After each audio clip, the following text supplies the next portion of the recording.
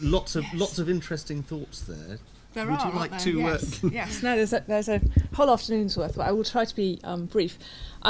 Just sort of returning to this room, I was remembering the post on the wall up there, which for those of you who are online says, "The role of governments remains critical. They cannot pick winners, but they can create good conditions for winners." And I think if you took the word governments out and put the word donors in there, it's actually quite apposite in terms of positioning donors in this whole conversation around innovation in the humanitarian sector, because I think the kind of balance that we're trying to strike is between being open and flexible on the one hand, with a need to systematise knowledge and to manage risk. And so for us, I think the sort of discussion becomes, what should we be actively trying to do? Where do we actually intervene? Where do we try to shift incentives? And where are we best to kind of leave well alone and allow things to evolve in a more organic way? And I think we're very much at the beginning of this sort of discussion within DFID. The HER provided a very important peg, I think, to have that conversation in a much more structured way. I think we've actually done a lot in terms of innovation historically. But with the launch of the strategy, what we're trying to do is to manage our engagement in terms of innovation in a slightly more systematic way.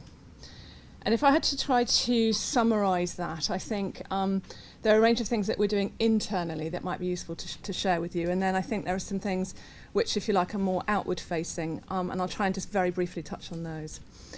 Internally, I think one of the most important things that's happening is that there's been major innovation in terms of a concept, in terms of the way that we work. And that concept is around resilience. Now, in a way, it's one of those quite fuzzy concepts that can mean everything or nothing.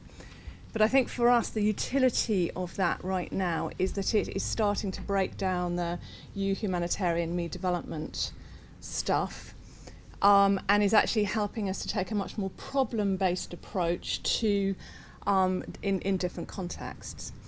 And what I mean by that is that if we're beginning to look at the problem, say, of extreme chronic vulnerability rather than this is an emergency and this is a long-term development situation, what that means is that we can start to link those colleagues who are working on cash transfers on the development side of the house with those colleagues who are interested in cash transfers in emergencies. So we're beginning to create these bridges through the concept of resilience, which I think the whole relief development continuum stuff didn't really do for us.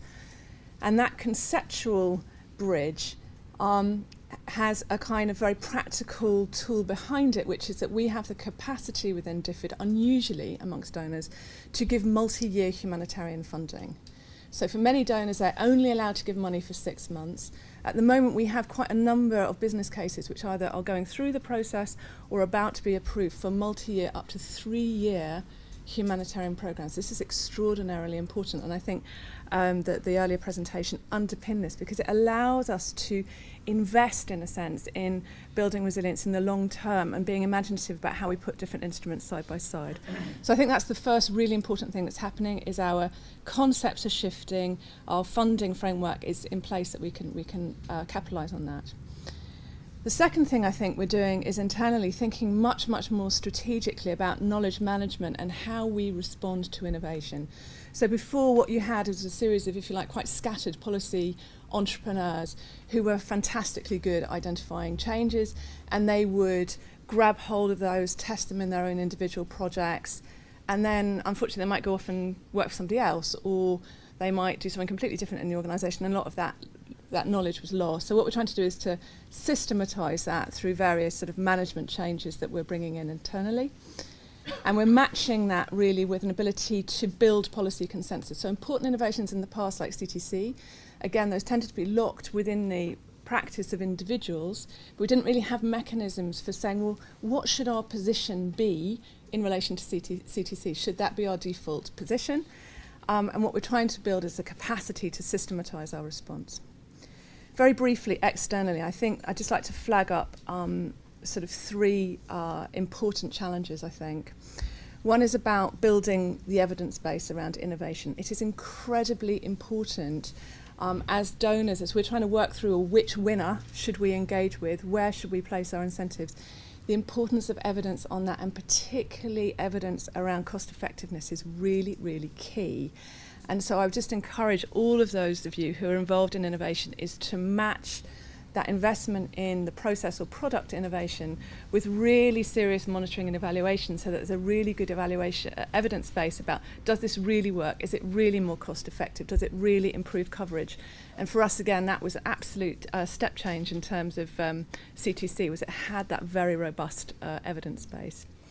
The second thing is about, once you've got, you're building that evidence base, how do you manage it? And I think we look to initiatives like CALP as being models for places where you can pool evidence, negotiate it, really test it within a community, and then put it out. Because the challenge we face is, how do we know which mobile-based system to work? Where is the place where we can moderate that discussion?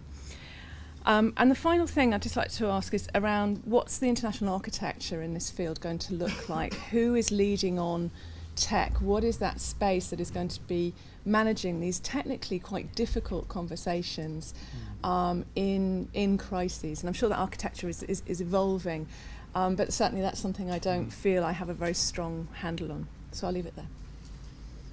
Thank you so much.